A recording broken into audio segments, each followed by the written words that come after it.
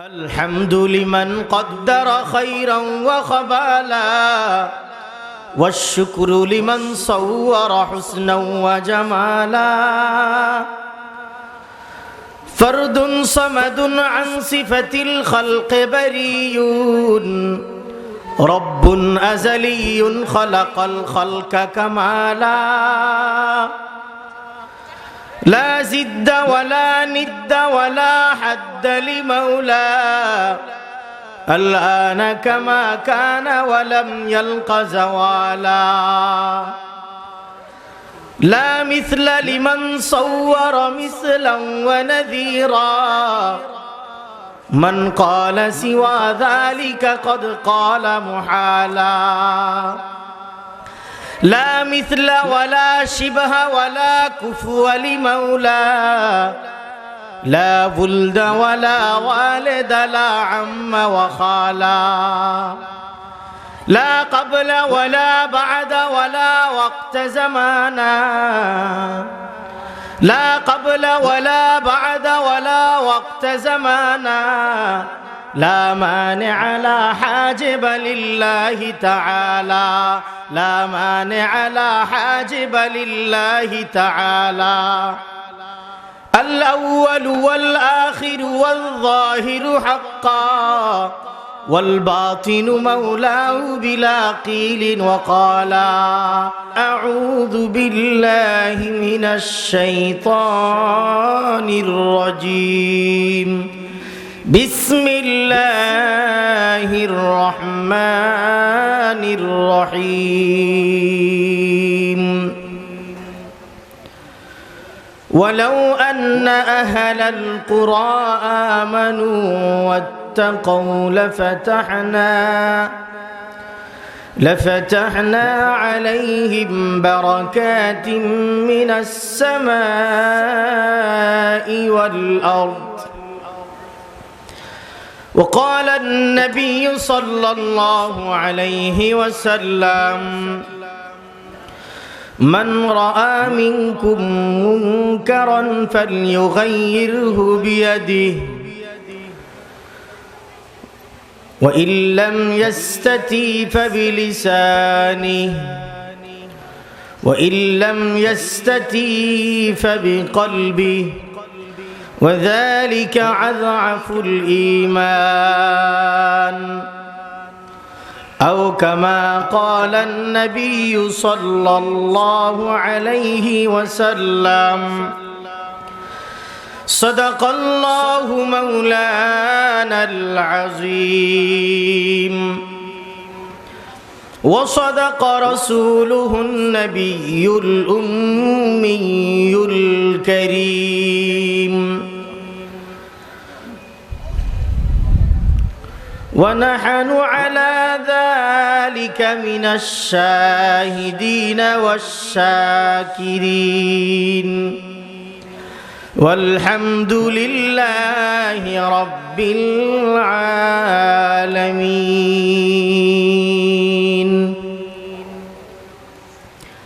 ইমানদার মুসলমানের আওয়াজ কণ্ঠ যদি স্তব্ধ হয়ে যায় তো নাস্তিকরা মাথা চড়া দিয়ে উঠবে, ঠিক কিনা জোরে কর। আজকে আমরা ঘুমিয়ে যাওয়ার কারণে 95% মুসলমানের দেশে নাস্তিক মুরতাদরা মাথা চড়া দিয়ে উঠছে, ঠিক কিনা জোরে কর। আপনারা জেনেছেন, দেখেছেন, শুনেছেন যে মাননীয় প্রধানমন্ত্রী শেখ হাসিনা সংসদে দাঁড়িয়ে কওমি মাদ্রাসাকে দাওরায়ে হাদিসকে মাস্টার্সের সমমান দিয়েছেন। যেই সংসদে দাঁড়িয়ে এদেশের উলামায়ে কেরামদেরকে সম্মান প্রদর্শন করা হলো, ঠিক সেই সংসদে দাঁড়িয়ে বাংলাদেশের একজন কুখ্যাত নেতা রাশেদ খান মেনন সংসদে দাঁড়িয়ে মাননীয় প্রধানমন্ত্রীকে অপমান করে, এদেশের ইসলামকে কটাক্ষ করে, এদেশের উলামায়ে কেরামদেরকে কটাক্ষ করেছে, এদেশের কওমি মাদ্রাসাকে বিষ বৃক্ষ বলে সে সংসদে ভাষণ দিয়েছে। আমাদের কথা পরিষ্কার, রাশেদ খান মেননকে আমরা পরিষ্কার বলতে চাই কথা, 92% মুসলমানের দেশে আপনি যে ইসলামকে, মুসলমানকে, এদেশের আলেম ওলামা, মাদ্রাসা, মসজিদকে কটাক্ষ করেছেন, আপনার বক্তব্য জন্য আপনি দেশবাসীর কাছে ক্ষমা চাইতে হবে। যদি আপনি দেশবাসীর কাছে, আলেম ওলামার কাছে প্রকাশ্যে ক্ষমা না চান, তো এদেশের তৌহিদি জনতাকে নিয়ে এদেশের আলেম ওলামা নাস্তিক মুরতাদদের বিরুদ্ধে এমন আন্দোলন, এমন তুফান করবে, সেই আন্দোলন থেকে না নাস্তিকরা বাঁচতে পারবে, না নাস্তিকদের দালালরা বাঁচতে পারবে। ঠিক কিনা দরকার? আমার ভাইয়েরা, দুঃখের সহিত বলি, আজকে বাংলাদেশে এত মুসলমান থাকতে দুই একজন নাস্তিক এত সাহস কিভাবে পায়? এটা আমাদের চিন্তার বিষয়। আজকে আমি আমার মসজিদে গণপূর্ত সরকারি কলোনি মসজিদে সংসদের অনেক সদস্যরা ছিল, আমি কঠিনভাবে কথা বলেছি, আমার বয়ান ভিডিও হচ্ছে, আজকে কঠিন বক্তব্য দিয়েছি। সিআইডিরা ছিল, আমাকে বলা হলো যে আপনি এত কঠিন ভাষায় কথা বলছেন। আমি বলছি যে আমি এদেশের সরকারের বিরুদ্ধে, বিরোধী দলের বিরুদ্ধে বলছি না, আমি এদেশের নাস্তিক মুরতাদদের বিরুদ্ধে বলছি। যতদিন আমাদের দেহে, এদেশের ওলামায়ে কেরামের দেহের মধ্যে রক্ত থাকবে, নাস্তিক মুরতাদদের বিরুদ্ধে, তাদের দোসরদের বিরুদ্ধে অবশ্যই ওলামায়ে কেরাম বলবে। যদি জুলুম, জেল জুলুম যা হওয়ার হবে, ওলামায়ে কেরামের দায়িত্ব তাদেরকে পালন করতেই হবে। ঠিক কিনা ধরে কর? আল্লাহর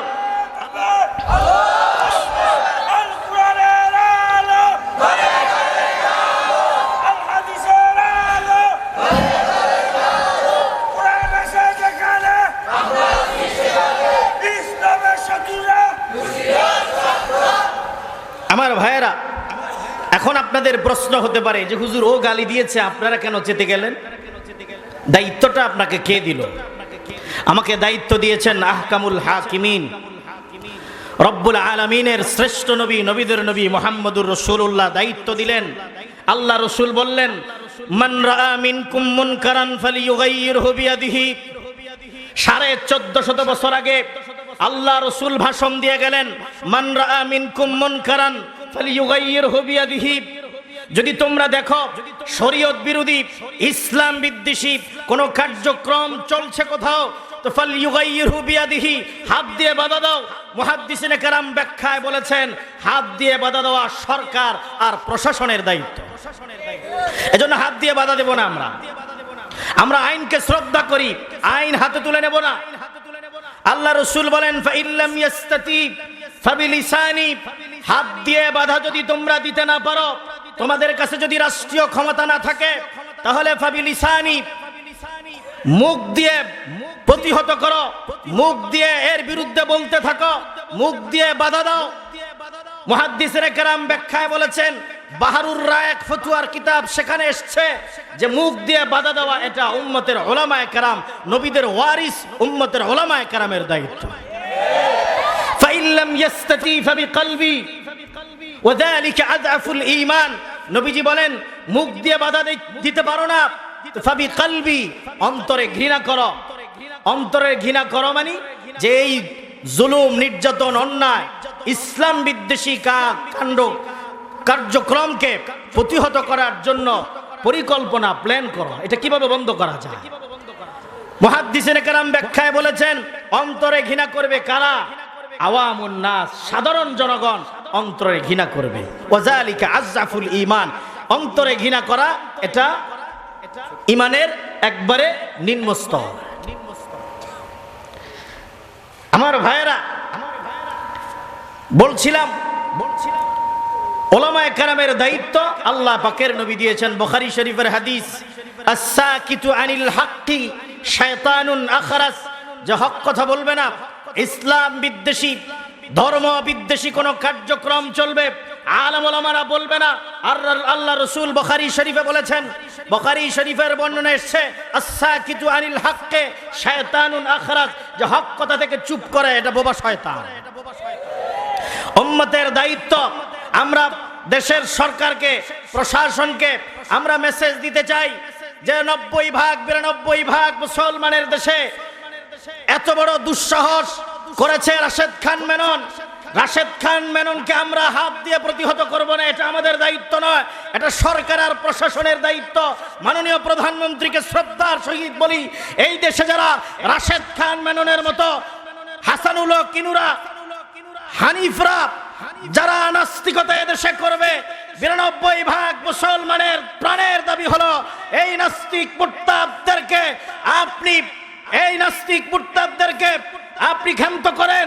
এই তারা নাস্তিক মুরতাদেরা সংসদে দাঁড়িয়ে রাশেদ খান মেনন এদেশের মুসলমানের গায়ে, তৌহিদি জনতার দিলে যে আগুন জ্বালিয়েছে, এই আগুন তাড়াতাড়ি মাননীয় প্রধানমন্ত্রী নিবানোর ব্যবস্থা করেন।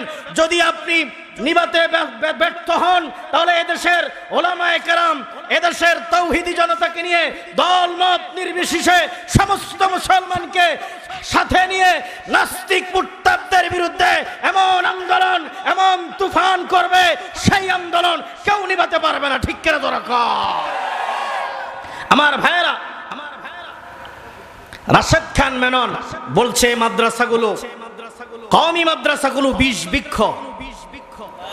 আমরা পরিষ্কার বলি, যে দেশের প্রাইমারি স্টার সরকার তাদেরকে মূল্যায়ন করেছে, আর একজন ভিক্ষা করা মন্ত্রী, ভিক্ষা করা এমপি নিজের দল থেকে নমিশন পাইছে, নৌকার ভিক্ষায় আজকে এমপি। ঠিক কিনা জোরে কোন?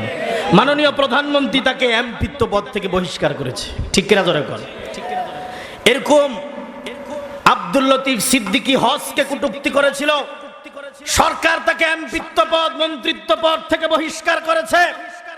আমরা পরিষ্কার বলি, রাশেদ খান মেননকেও সংসদের পদ থেকে বহিষ্কার করতে হবে। ঠিক কিনা দরকার? আমার ভাইয়েরা, আফসোস এতগুলো মন্ত্রী এমপি ছিল, একজনও এর বিরোধিতা করলো না। ইসলাম বিদ্বেষী বক্তব্য। কিছুদিন আগে আমরা একটা এমপিকে দেখেছি, আশরাফুদ্দিন নিজামী, সে একথা পার্লামেন্টে দাঁড়িয়ে, সংসদে দাঁড়িয়ে বলেছে একথা যে মাননীয় স্পিকার, এদেশে ইসলামকে কটাক্ষ করা হলে, কোরআনকে বিষোদ্গার করা হলে, আলেমকে বিষোদ্গার করা হলে, এদেশের আলেমরা বক্তব্যে আমাদেরকে কোরআন শিক্ষা দিয়েছে, নামাজ শিক্ষা দিয়েছে। আশরাফুদ্দিন নিজামী একজন এমপি, সে বলেছে একথা, মাননীয় স্পিকার, যদি এই দেশে, মুসলমানের দেশে, যেই কেউ আমার দলের লোক হোক, যে হোক, যে কোরআনকে গালি দিবে, ইসলামকে গালি দিবে, আমার জেল, জুলুম, নির্যাতন যা হওয়ার হবে আমি তার বিরুদ্ধে বলেই যাব। ওয়েলকাম। এমন এমপি মন্ত্রীকে আমরা সাধুবাদ আর ওয়েলকাম জানাই। ঠিক কিনা জোরে কর। আমার ভাইয়েরা, মুরব্বী বাবারা, বলছিলাম মুখ দিয়ে প্রতিহত করা এটা কার দায়িত্ব? ওলামায়ে কেরামের দায়িত্ব। সে ইসলামকে কটাক্ষ করেছে। এখন আমাদের প্রশ্ন হলো, ইসলামকে যে কটাক্ষ করলো, মৃত্যুর পরে ইসলামের 3 কাপড় তাকে দেওয়া হবে কিনা, এটা আমাদের জানার বিষয়। সে তো নাস্তিক, স্বঘোষিত নাস্তিক, নিজের কথায় নিজে নাস্তিক। ঠিক কিনা জোরে কন?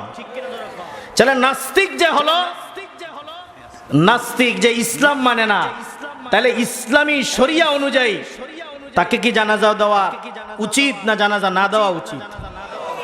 জানাজা দেওয়া এটা ইসলামিক না অন ইসলামিক? তো সে তো ইসলামী মানে না, তাকে জানাজা কেন দেওয়া হবে? তাকে কাফনের কাপড় কেন পরানো হবে? আমার ভাইয়েরা, আজকে তার বক্তব্যে সারা বাংলাদেশ তোলপাড় হয়ে গেছে। চট্টগ্রামে সমাবেশ হয়েছে, আজকে বাইতুল মুকাররমে হেফাজত, অন্যান্য উলামায়ে কেরাম আজকে সমাবেশ করেছে এই কুলাঙ্গারের বিরুদ্ধে। সে ইসলামকে কটাক্ষ করেছে, তার মানে হলো সে মারা গেলে তার জানাজা দেওয়া হবে না, হবে না। ঠিক কিনা জোরে কর?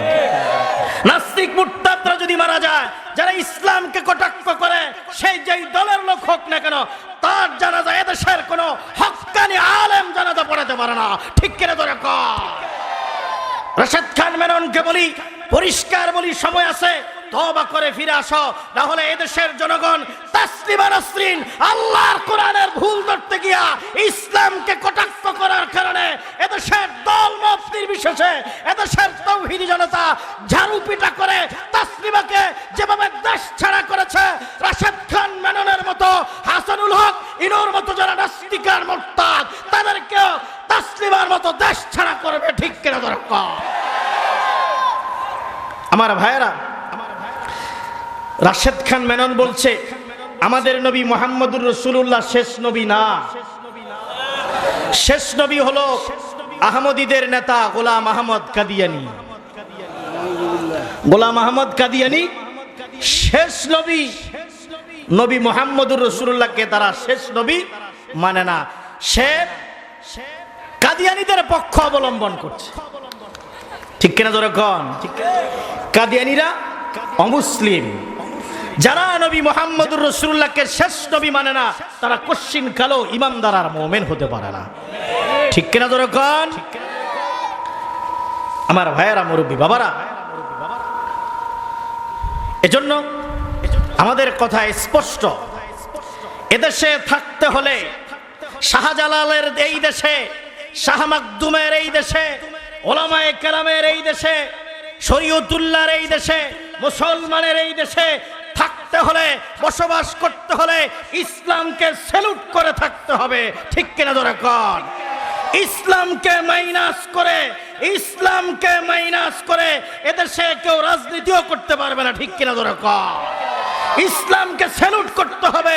এদেশ মুসলমানের দেশ, একথা সবাইকে মানতে হবে। ইসলামকে বাদ দিয়ে এদেশে কিছু করা যাবে না। ঠিক কিনা জোরে কোন? আমরা সরকারি দলের হতে পারি, বিরোধী দলের হতে পারি, মনে রাখতে হবে আমার দলের চাইতে, আমার মতের চাইতে, আমার নেতার চাইতে আল্লাহ রসুলের মর্যাদা বেশি। ঠিক কিনা জোরে কোন? আল্লাহ রসুল পরিষ্কার হাদিসে বলেছেন, লা ইউমিনু আহাদুকুম, তোমরা কখনো প্রকৃত মুমিন হতে পারবে না, হাত্তা আকুনা আহাব্বা ইলাইহি মিন ওয়ালিদিহি ওয়া ওয়ালাদিহি ওয়ান নাসি আজমাইন, যতক্ষণ পর্যন্ত না তুমি তোমার সন্তান, তোমার পিতা, तमाम পৃথিবীবাসীর চাইতে, জান মাল ইজ্জত সব কিছুর চাইতে, নিজের বিবির চাইতে, সন্তান সম্পত্তি, নিজের জানের চাইতে, লা ইউমিনু আহাদুকুম, যতক্ষণ পর্যন্ত না আল্লাহ রসুলকে বেশি ভালোবাসতে না পারবা, খাঁটি ইমানদার মুসলমান হতে পারবা না। আমার ভাইয়েরা, পর্দার আলের ভাইয়েরা, বোনেরা, আল্লাহ পাকের নবী মুহাম্মদুর রাসূলুল্লাহকে সাহাবায়ে কেরাম কেমন ভালোবেসেছেন, তার নজরানা সাহাবায়ে কেরাম, তাবিন, তবে তাবিন, যুগ যুগ ধরে আলেম ওলামারা এই নজির দৃষ্টান্ত স্থাপন করেছেন। সুবহানাল্লাহ। আল্লাহ নবী যুদ্ধের ময়দানে যাবেন, সাহাবায়ে কেরামদেরকে প্রস্তুত করলেন। সাহাবায়ে কেরাম তাদের বাচ্চাদেরকে নবীজির সামনে নিয়ে আসলো। নবীজির সামনে নিয়ে এসে বলল, ইয়া রাসূলুল্লাহ, ইয়া হাবিবাল্লাহ, ওগো নবীজি মুহাম্মদুর রাসূলুল্লাহ, আমাদের এই কলিজা টুকরা ছোট্ট ছোট্ট বাচ্চাদেরকে আপনি জিহাদের ময়দানে নিয়ে যান। নবীজি বললেন, সাহাবারা, ছোট্ট বাচ্চারা তরবারি ধরতে পারবে না, ঢাল ধরতে পারবে না, তারা যুদ্ধ কেমনে করবে?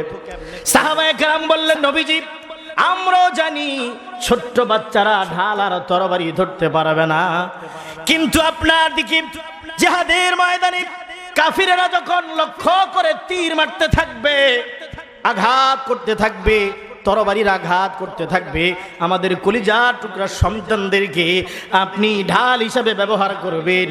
আমাদের কলিজার টুকরা সন্তানগুলো দুনিয়া থেকে বিদায় হয়ে যাবে কাফিরদের আঘাতে। আল্লাহ পাকের নবী যেন হেফাজতে থেকে যায়। সন্তানের চাইতে বেশি ভালোবেসেছেন আল্লাহ রসুলকে। ইয়া রাসূলুল্লাহ, যুদ্ধের ময়দানে আপনাকে তরবারির আঘাত করলে আমার কলিজার টুকরাকে এইভাবে ঢাল হিসেবে ব্যবহার করবেন, আমার কলিজার টুকরা দুনিয়া থেকে বিদায় হয়ে যায়, আল্লাহ নবী যেন হেফাজতে থেকে যায়। এটা হলো রসুলের ভালোবাসা। একজন মহিলা মদিনা থেকে উহুদের ময়দান 2.5 থেকে 3 কিলোমিটার দূরে, মদিনায় সংবাদ ছড়িয়ে গেল, কুতিলা মুহাম্মদ। বুখারীতে বিস্তারিত বর্ণনা এসেছে, কুতিলা মুহাম্মদ, আল্লাহ পাকের নবী মুহাম্মদুর রাসূলুল্লাহ শহীদ হয়ে গেছে, কতল হয়ে গেছে। এই সংবাদ যখন ছড়িয়ে গেল, একজন মহিলা উহুদের ময়দানের দিকে দৌড়াচ্ছিল, একজন মহিলা উহুদের ময়দানের দিকে দৌড়াচ্ছিল।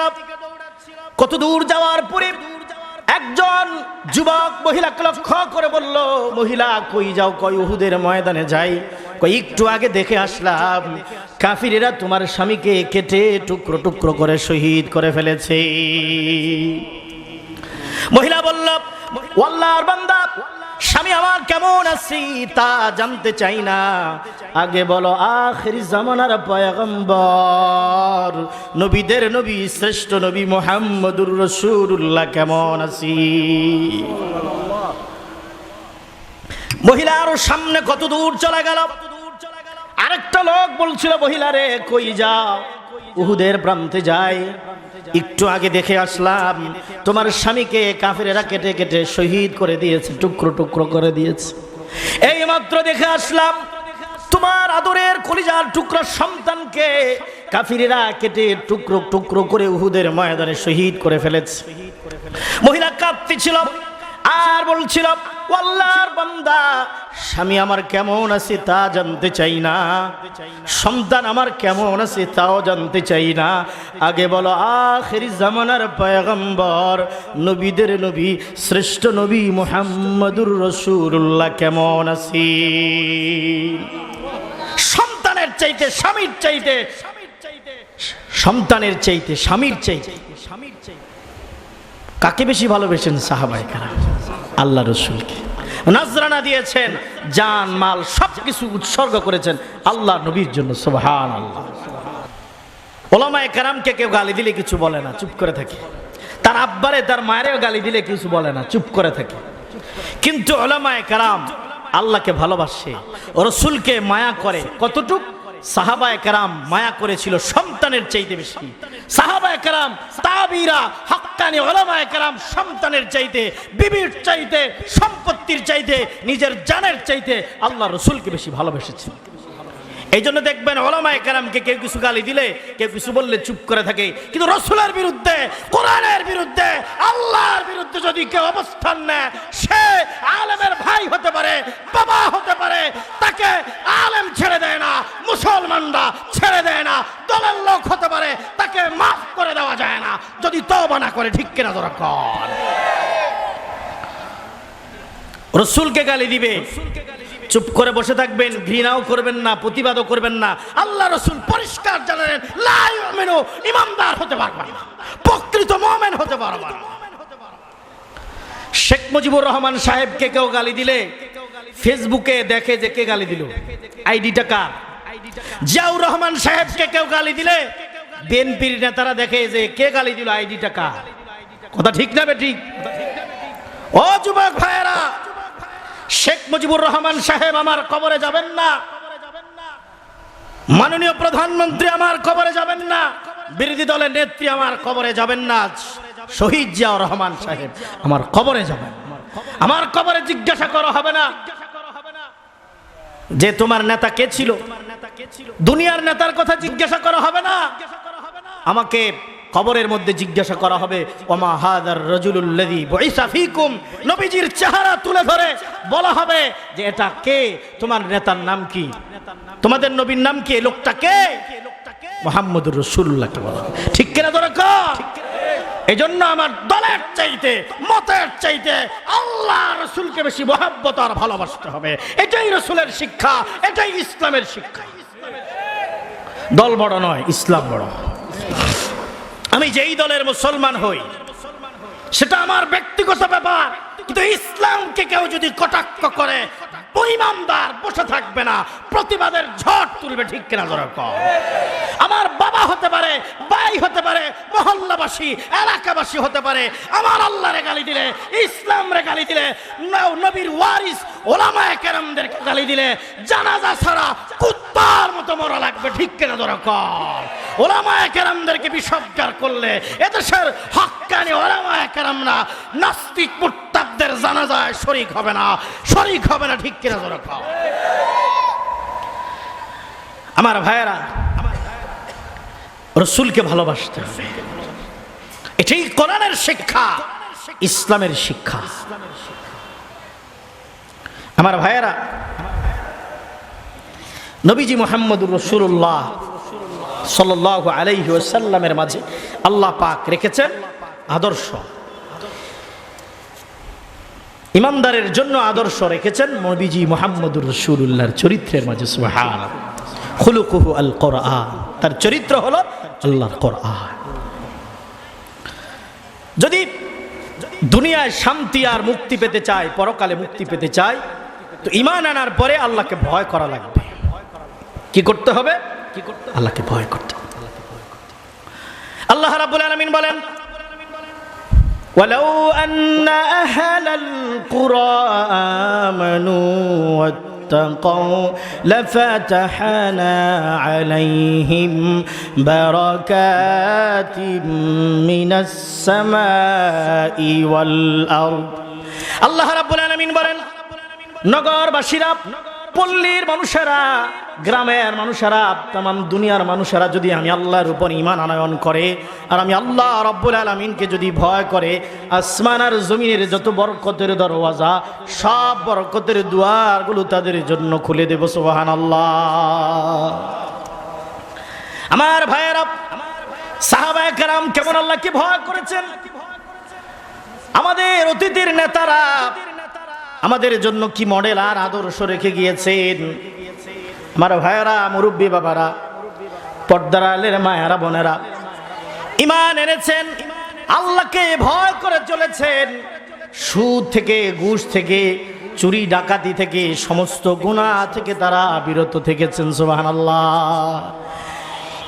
আল্লাহ পাক বলেন, গ্রামের মানুষেরা যদি ঈমান আনার পরে গুনাহ থেকে বেঁচে থাকে, গুনাহ পরিহার করে, আল্লাহকে ভয় করে যদি গুনাহ ছেড়ে দেয়, আকাশে যত বরকতের দরওয়াজা, জমিনে যত বরকতের দরওয়াজা, সব ইমানদার মুত্তাকি বান্দা বান্দির জন্য খুলে দেওয়া হবে।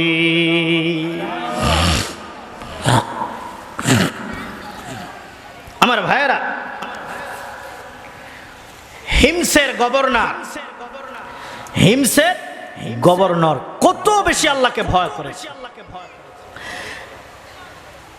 হিমসের গভর্নর সাঈদ ইবনে আমের আল জুমাহি। হিমসের গভর্নরের নাম কি? সাঈদ ইবনে আমের আল জুমাহি। হযরত ওমর ফারুক রাদিয়াল্লাহু তাআলা আনহুর শাসনামল চলছে, দ্বিতীয় খলিফা হযরতে ওমরের শাসনামল। আমার ভাইয়েরা, হিমস থেকে, হিমস একটা জায়গার নাম, হিমস থেকে কিছু ফকির আসলো ত্রাণের জন্য, সাহায্যের জন্য। কোথায়? খলিফাতুল মুসলিমিন, রাষ্ট্রের প্রেসিডেন্ট, প্রধানমন্ত্রী হযরত ওমরের কাছে। জোরে কোন আলহামদুলিল্লাহ। হযরত ওমর এমন ছিলেন, তদারকি করতেন, দেশবাসীর খবর নিতেন। আমার ভাইয়েরা, হযরত ওমর বলেছেন, আমার রাষ্ট্রের মধ্যে যদি ফুরাত নদীর ওই পারে একটা কুকুর আর বিড়ালও না খেয়ে মারা যায়, আল্লাহর কাঠগড়ায় আমি ওমরকে জবাবদিহি করতে হবে। ফকিরেরা এসছে, যে বলছে, কোত্থেকে এসছো? হিমস থেকে এসছি, ত্রাণের জন্য, সাহায্যের জন্য এসছি। যে তোমাদের হিমসের 100 মানুষকে সাহায্য দেওয়া হবে। কথা খেয়াল করেন, কয়শো মানুষ? 100 মানুষকে ত্রাণ দেওয়া হবে, সাহায্য সহযোগিতা দেওয়া হবে। 100 মানুষের লিস্ট দাও আমাকে। 100 মানুষের লিস্ট দেওয়া হলো। লিস্টের মধ্যে প্রথমেই তাদের এমপি, মন্ত্রী, গভর্নরের নাম সাঈদ ইবনে ওমর আল জুমাহি। জোরে কোন সুবহানাল্লাহ। 1 নম্বরে কার নাম? তাদের গভর্নরের নাম। হযরত ওমর দেখে আশ্চর্য হলেন, 100 জনের তালিকা দেখে হযরত ওমর বলতেছিলেন, আমিরুকুম আফকারুকুম, তোমাদের আমির কি সবচেয়ে বেশি ফকির? আমিরুকুম আফকারুকুম, তোমাদের আমির কি সবচেয়ে ফকির, দরিদ্র? তারা বলল, নাম আমিরুনা আফকারুনা। আমাদের আমির আফকারুনা, আমাদের মধ্যে সবচাইতে ফকির। আল্লাহু আকবার। আশ্চর্য কথা। জি হ্যাঁ, একজন দূতকে পাঠানো হলো। হযরত ওমর ফারুক রাদিয়াল্লাহু তাআলা চুপে চুপে একটা দূত পাঠিয়ে দিল হিমসে। হিমসের গভর্নরের খবর নেওয়ার জন্য একটা চিঠি লিখে দিল, আর 1000 আশরাফি স্বর্ণ মুদ্রা দিয়ে দিল একটা থৈলার মধ্যে। জোরে করে আল্লাহু আকবার। একটা ব্যাগের মধ্যে 1000 আলফা দিনার, দারাহেম, আলফা দিনার 1000 দিরহাম দিয়ে দিল। ওই দূতকে বলল, যাও এটা আমির হিমসের আমির গভর্নরকে দিবা, আর এই চিঠিটা তাকে দিবা। সে চিঠি খুললো। চিঠি খোলার পরে দেখলো হযরত ওমর ফারুক চিঠি দিয়েছেন, আর তার জন্য 1000 স্বর্ণ মুদ্রা আশরাফি দিয়েছেন। ওমর ফারুক এই জন্য দিয়েছেন যে হিমসের গভর্নর গরিব দুঃখী মানুষকে দিতে দিতে তার জন্য মনে হয় কিছু থাকে না, এগুলো এক্সট্রা তার জন্য আমি বকশিশ করলাম। সে চিঠি দেখে 1000 আশরাফি দিনার স্বর্ণ মুদ্রা দেখে সে পড়ে নিল, ইন্না লিল্লাহি ওয়া ইন্না ইলাইহি রাজিউন। বলার দরকার ছিল কি আলহামদুলিল্লাহ, যে আমার জন্য রাষ্ট্রের প্রেসিডেন্ট 1000 স্বর্ণ মুদ্রা পাঠিয়েছে। আলহামদুলিল্লাহ না বলে তিনি বললেন, ইস্তেরজা করলেন, ইন্না লিল্লাহি ওয়া ইন্না ইলাইহি রাজিউন। মনে মনে ভাবতেছিলেন যে আমার কাছে দুনিয়া এসে গেছে, ধন দৌলত এসে গেছে, আমি মনে হয় আখিরাত ভুলতে চলেছি। আমার কাছে দুনিয়া এসে গেছে, দুনিয়া ধোঁকা আমার কাছে এসে গেছে, আমি মনে হয় আল্লাহকে ভুলে গেছি। আমি কি আল্লাহকে ভুলে যাব কিনা? টাকা দেখে ভয় পেয়ে গেছি। ইন্না লিল্লাহ পড়তেছিল, বিবি দৌড়ে আসছে। বিবি এসে বলল, কি হয়েছে, অমন করছো কেন? আকুতিলা ওমর, ওমর কি শহীদ হয়ে গেছে নাকি? রাষ্ট্রের প্রেসিডেন্ট কি মারা গেল নাকি? কানা বালিল আমরু আযমু মিনহু, বালিল আমরু আযম, বিষয়টি এর চাইতে আরো মারাত্মক। আকুতিলাল মুসলিমুন ফিল মারাকা, ফি মারাকা, মুসলমানরা কি যুদ্ধের ময়দানে শহীদ হয়ে গেল নাকি? কানা বালিল আমরু আযমু মিনহু, বালিল আমরু আযম, বিষয়টি তার চাইতে মারাত্মক। বিবি বলল, কি হয়েছে খুলে বলেন, তুমি কি আমাকে সাহায্য করবে এই বিষয়ে? তোমাকে যদি বলি অবশ্যই আপনাকে সহযোগিতা করব। আমার কাছে দুনিয়া এসে গেছে, এজন্য আমি ভয় করতেছি, না জানি আখিরাত হারিয়ে ফেলি। মাঝে বন্টন করে দিয়েছেন, আলহামদুলিল্লাহ। ওই লোক যাকে খলিফাতুল মুসলিমিন পাঠিয়েছিল দূত, সে খবর বলল মদিনায়, খলিফাতুল মুসলিমিন এই ঘটনা, এই কাণ্ড। তিনি বললেন, তাড়াতাড়ি একটা প্রোগ্রাম বানাও, হিমসে যাব, হিমসে যাওয়া দরকার, হিমসে আমাকে যেতে হবে। হিমসে গেলেন, সমস্ত মানুষেরা জড়ো হয়ে গেল। হিমসের মানুষ, হযরত ওমর ফারুক চেয়ারে বসলেন, এইদিকে হিমসের গভর্নর সাঈদ ইবনে ওমর বসলেন। উপস্থিত জনতাকে সাক্ষী রেখে, সামনে রেখে হযরত ওমর বললেন, তোমাদের আমির কেমন, তোমাদের গভর্নর কেমন, তোমাদের গভর্নরের বিরুদ্ধে কি তোমাদের কোনো অভিযোগ আছে কারো?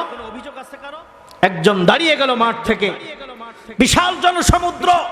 একজন দাঁড়িয়ে বলল, হ্যাঁ, আমার আমিরের বিরুদ্ধে, নেতার বিরুদ্ধে আমার অভিযোগ আছে। কি অভিযোগ বলো? বলল যে আমার অভিযোগ হলো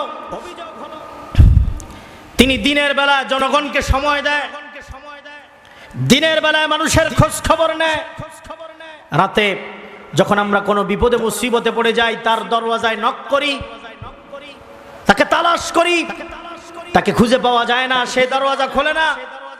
জিজ্ঞাসা করেন, সে দিনে আমাদের খবর নেয়, রাতের বেলায় আমাদের খবর নেয় না কেন? একটু জিজ্ঞাসা করেন। এটা আমার অভিযোগ। আমরা বড় কষ্টে আছি, রাতে আমাদের কোনো খবর নেয় না। হযরত সাঈদ ইবনে আমর আল জমাহি তিনি বলতে লাগলেন মনে মনে, যেহেতু খলিফাতুল মুসলিমিন সামনে আছে, আমাকে বলতে বলেছেন, আমাকে বলতেই হয়, নচেত আমার এই গোপন রহস্য আমি কারো কাছে বলতাম না। তিনি আমিরুল মুমিনিন ওমর ফারুক রাদিয়াল্লাহু তাআলা আনহুকে বললেন যে কসসমতু হায়াতি বাইনি ওয়া বাইনা, কসসমতু হায়াতি বাইনি ওয়া বাইনা রাব্বি। আল্লাহু আকবার। আমি আমার হায়াতকে দুভাগে ভাগ করেছি, এক ভাগ দিনের বেলা এদের জন্য রেখে দিয়েছি, আর এক ভাগ রাতের বেলা আরশের মালিক আল্লাহর জন্য রেখে দিয়েছি। আরেকজন দাঁড়ালো, আর কারো কি কোনো অভিযোগ? আমার একটা অভিযোগ আছে। কি অভিযোগ? প্রত্যেক দিন অফিসে আসতে তিনি দেরি করেন।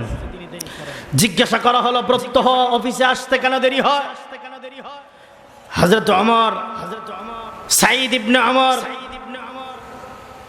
বলতে লাগলেন, খলিফাতুল মুসলিমিন, রাষ্ট্রের পয়সা দিয়ে, টাকা দিয়ে আমি একটা খাদেম রাখতে পারতাম, সেবক রাখতে পারতাম। আমার রুটি বানানোর জন্য রাষ্ট্রের টাকা জনগণের কাছে আমি সঠিকভাবে পৌঁছায় দেই। আমি নিজের রুটি নিজে তৈরি করি সকালে, এই জন্য আমার অফিসে আসতে দেরি হয়ে যায়। জনগণের টাকা জনগণের কাছে পৌঁছায় দেওয়া হয়। আর তাম দুনিয়ায় আজকে নেতাদের হালচাল হলো যে সরকারের টাকা দিয়া, জনগণের টাকা দিয়া সুইজারল্যান্ডে বিদেশে বাড়ি করে। ঠিক কিনা জোরে কন? এটা হলো আমাদের উত্তর শরীদের নেচার। সাহাবায়ে কেরাম আদর্শ রেখেছেন, সরকারের মাল জনগণের মাল, সরকারের মাল জনগণের কাছ পর্যন্ত পৌঁছায় দিয়েছেন। ঠিক কিনা জোরে কন? আরেকজন দাঁড়িয়ে বলল, আমার একটা অভিযোগ আছে। কি অভিযোগ? তাড়াতাড়ি বলো। বললেন, তিনি মাসে একদিন অফিস করেন না, একদিন অফিসে আসেন না। জিজ্ঞাসা করা হলো, তুমি একদিন মাসে কেন অফিসে আসো না? আমিরুল মুমিনিন, আমার এক জোড়া কাপড়। কয় জোড়া? এক জোড়া কাপড়। মাসে একবার এক জোড়া কাপড় আমি ধৌত করি, একটা পরি আর একটা গায়ে থাকে, আবার আরেকটা গায়ে দিয়ে একটা পরি। এইভাবে মাসে একবার আমার এক জোড়া কাপড়, এক জোড়া কাপড় ধৌত করি মাসে একদিন। এই জন্য আমি একদিন অফিসে আসতে পারি না। আল্লাহু আকবার বলবেন না? আল্লাহু আকবার। হযরত ওমর জিজ্ঞাসা করলেন, আর কারো কি কোনো অভিযোগ আছে? বললেন, আরেকজন দাঁড়িয়ে বলল, আমার একটা অভিযোগ আছে, যে আমি দেখি তিনি যখন অফিসে আসেন, অফিস করার জন্য তিনি যখন আসেন, মাঝে মাঝে তিনাকে দেখতে পাই তিনি হঠাৎ করে ঘুরে পড়ে যান। আমার প্রশ্ন হলো, তিনি হঠাৎ করে ঘুরে পড়ে যান, আমাদেরকে কিছু বলে না? হযরত ওমর ফারুক বললেন, রাষ্ট্রীয় টাকা দিয়ে তুমি তো চিকিৎসা করাতে পারো, তোমার যদি কোনো রোগ হয় তুমি এভাবে ঘুরে পড়ে যাও কেন? কি হয়েছে তোমার? হিমসের গভর্নর সাঈদ ইবনে আমর আল জুমাহি বলতে লাগলেন, আমিরুল মুমিনিন, আমি যখন অমুসলিম ছিলাম, কাফির ছিলাম, আমি দেখেছি ঈমান আনার কারণে, ইসলাম গ্রহণ করার কারণে খাব্বাবকে কিভাবে শুলিতে চড়ানো হয়েছে। খাব্বাবকে কেটে কাফিরেরা টুকরো টুকরো করে দিয়েছে, সেই দৃশ্য আমি দেখেছি। খাব্বাবকে বলা হয়েছে, খাব্বাব, তোমার জায়গায় যদি নবী মুহাম্মদুর রাসূলুল্লাহকে রাখা হয়, আর যদি তুমি এটার স্বীকারোক্তি দাও তোমার জায়গায় নবী মুহাম্মদকে রাখা হবে, তাহলে তোমাকে শুলি থেকে নামায়া দেওয়া হবে। হযরত খাব্বাবকে আমি বলতে দেখেছি, ও কাফিরেরা, মুশরিকেরা, খাব্বাবের জীবন থাকতে, খাব্বাবের দেহে এক বিন্দু রক্ত থাকতে আল্লাহর নবীর পা মুবারকে একটা কাঁটা বিঁধবে, খাব্বাব তা বরদাস্ত করবে না। আমাকে শুলিতে চড়ায়া দুনিয়া থেকে বিদায় করে দে, আল্লাহর নবী হেফাজতে থেকে যাক। আমি দেখেছি বেলালকে কিভাবে অত্যাচার করা হয়েছে, মুসলমানদেরকে কিভাবে মারা হয়েছে আমি দেখেছি। আমি তখনও কাফের ছিলাম। এই দৃশ্য যখন আমি দেখেছি, এই দৃশ্য যখন আমার চোখের সামনে ভেসে ওঠে, আমি তখনই আমার মাথা ঘুরে, তখনই আমি আমার অফিসে আমি ঘুরে পড়ে যাই। ওয়ালা তাহিনু ওয়ালা তাহজানু ওয়া আনতুমুল আ'লাউনা ইন কুনতুম মুমিনিন। আল্লাহ পাক বলেন ততক্ষণ পর্যন্ত মুসলমানদের বিজয় আসবে না, ততক্ষণ পর্যন্ত মুসলমানের কামিয়াবি আসবে না, যতক্ষণ পর্যন্ত না মুসলমানেরা প্রকৃত মুসলমান আর প্রকৃত ঈমানদার হয়। আল্লাহ বলেন ওয়ালা তাহিনু ওয়ালা তাহজানু। কাশ্মীরের মুসলমানেরা তোমাদের কোনো ভয় নাই, আফগানের মুসলমানেরা তোমাদের কোনো ভয় নাই, মিয়ানমারের মুসলমানেরা কোনো ভয় নাই, তাম দুনিয়ার মুসলমানেরা তোমাদের কোনো ভয় নাই, তোমাদের কোনো টেনশন নাই। তোমরা যদি একটি কাজ করতে পারো, ওয়ালা তাহিনু ওয়ালা তাহজানু ওয়া আনতুমুল আ'লাউন ইন কুনতুম মুমিনিন, তোমরাই বিজয়ী হবে। গোটা পৃথিবীর কাফির নাস্তিক মুরতাদদের সামনে তোমাদের বিজয় আসবে ততক্ষণ তোমরা যদি খাঁটি ঈমানদার মুমিন হতে পারো। हम मुसलमान हो मगर हम में मुसलमानी नहीं, हम मुसलमान हो मगर हम में मुसलमानी नहीं, दिल में ही माँ हो मगर ईमान में कामिल नहीं। কবি বলেন তোমরা মুসলমান হয়েছো, আজও প্রকৃত মুসলমান হতে পারো নাই। কবি বলেন তোমরা ঈমান এনেছো, প্রকৃত ঈমানদার আজও হতে পারো নাই।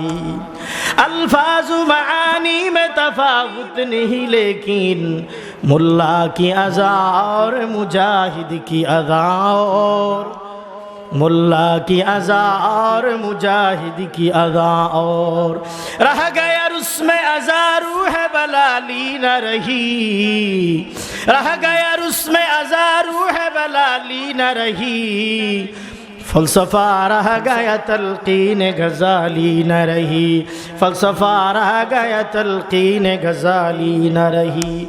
उल्फत में बराबर के वफा हो के जफा हो, उल्फत में बराबर के वफा हो के जफा हो, हर चीज में लज्जत है अगर दिल में मजा हो, हर चीज में लज्जत है अगर दिल में मजा हो।